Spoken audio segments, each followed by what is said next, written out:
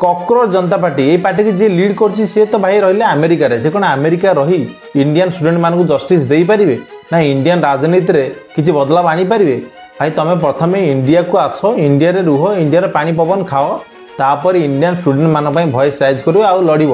तुम इंडियन हेले कौन हम तुम बस अमेरिका आम तुमको केमी बिलीव करूँ आमको तो डर लगुच कि आम देशर अवस्था बांग्लादेश आ श्रीलंका भली न हो जाऊ से भी सत्ता जन चेंज होता इंडिया सेमती न हो जाऊ कहीं बहुत खराब परिस्थिति आसी जाए भाई आम तो डाउट रे अच्छु कि तुम प्रकृत में जेनजी लड़िया चाहूच कि ट्रम्प गोटी चालना करुच आम तो एपर्तंत डाउट रे अच्छु भाई तुमको बिलीव करूँ केमी भाई जदि प्रकृत में तुम जेनजी लड़िया चाहूच ताले इंडिया आस इंडिया रे रुह इंडिया रहीकि तुम हक कथा रख आम तुम बिलीव करूँ तुम गोटे किसी किसी बदलाव कर जहाँ भी अन्याय अत्याचार हो जहाँ भी करप्शन हो